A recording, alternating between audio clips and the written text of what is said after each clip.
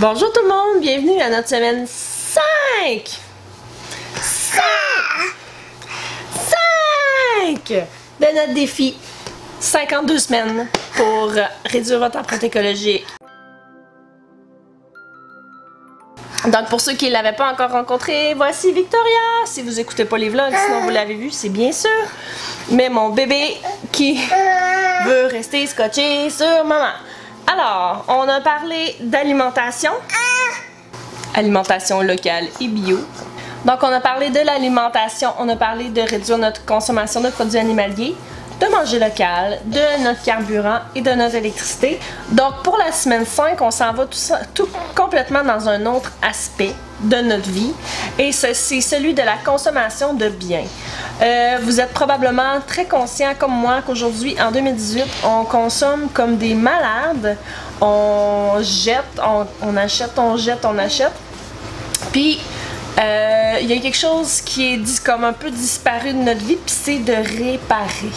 Pourtant, c'est assez surprenant parce qu'avec l'Internet, on a tellement accès à de l'information, mais on préfère aller regarder des belles images sur Pinterest que d'essayer de trouver l'information qu'on a vraiment besoin pour économiser, mais aussi pour être plus écolo. Donc, je sais pas pour vous, mais moi, j'ai une liste de choses à la maison que j'ai gardées dans un coin, quelque part, que j'ai gardé puis que j'ai l'intention de réparer un jour, puis que je fais juste pas. Ben, cette semaine, vous allez le faire. Vous allez regarder pour quelque chose que vous avez besoin de réparer, puis vous allez le faire. Si vous ne savez pas comment faire, vous pouvez aller voir sur Internet. Si vous avez quelque chose d'électronique à réparer. On va connaître tous la question de l'obsolescence programmée. Il y a beaucoup de choses qu'on peut passer par-dessus ça en allant sur Internet. Sur YouTube, sur Google, allez regarder numéro de marque, numéro de modèle, avec votre problème, qu'est-ce que c'est, encore plus facile si vous parlez anglais et que vous pouvez l'écrire en anglais, pour trouver comment bypasser vos problèmes d'obsolescence programmée. Je pense entre autres à l'imprimante. Donc si vous ne savez pas comment réparer quelque chose, peu importe qu'est-ce que c'est, allez regarder sur Internet. Première chose à faire, nous on répare souvent. On a réparé quelques fois à la laveuse comme ça. On a arrangé notre télévision, que ça fait 10 ans qu'on a cette année. Avec, on était pas mal sûr qu'elle était finie, puis on a réussi à arranger des choses. Oui. C'est qui le beau bébé? C'est qui le beau bébé qu'il y a là? Ensuite, si ça fonctionne pas, parce qu'on va commencer par ça, c'est l'option gratuite.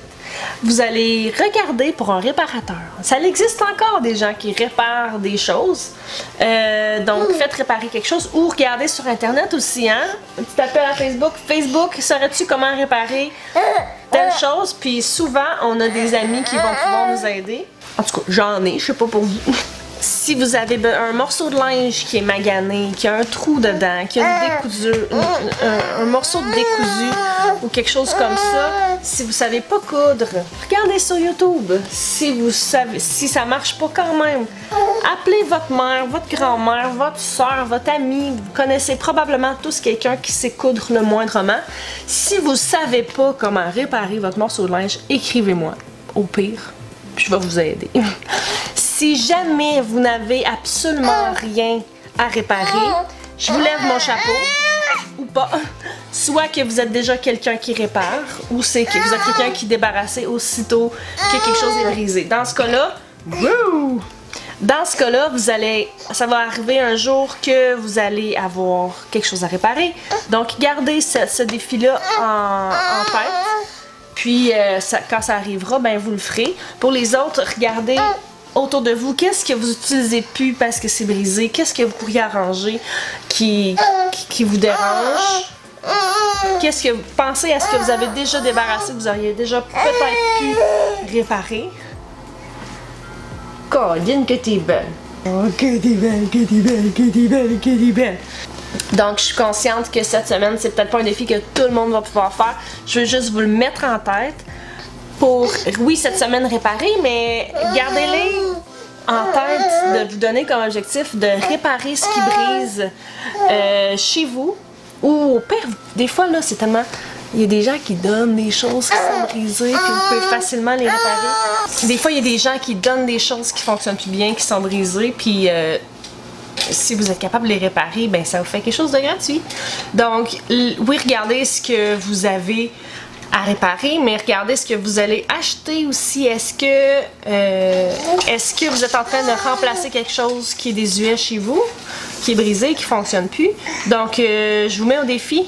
Puis venez nous voir aussi sur Facebook pour nous dire qu'est-ce que j'ai réparé cette semaine. Ça n'est pas obligé d'être gros, là, juste dire j'ai fait comme ma grand-mère dans le temps, puis j'ai pas jeté quelque chose parce qu'il y avait un petit défaut que je pouvais arranger moi-même. Donc venez nous voir, venez nous dire, venez nous joindre au groupe, venez nous dire qu'est-ce que vous avez arrangé, comment, venez nous, si vous savez pas comment arranger quelque chose, venez nous le dire, on va essayer de vous aider à trouver comment le faire. Puis on va se retrouver la semaine prochaine pour la semaine 6. On est rendu à 2 mai de notre défi 52 semaines pour réduire votre empreinte écologique. Merci de m'avoir écouté. On se revoit la semaine prochaine. Bye bye!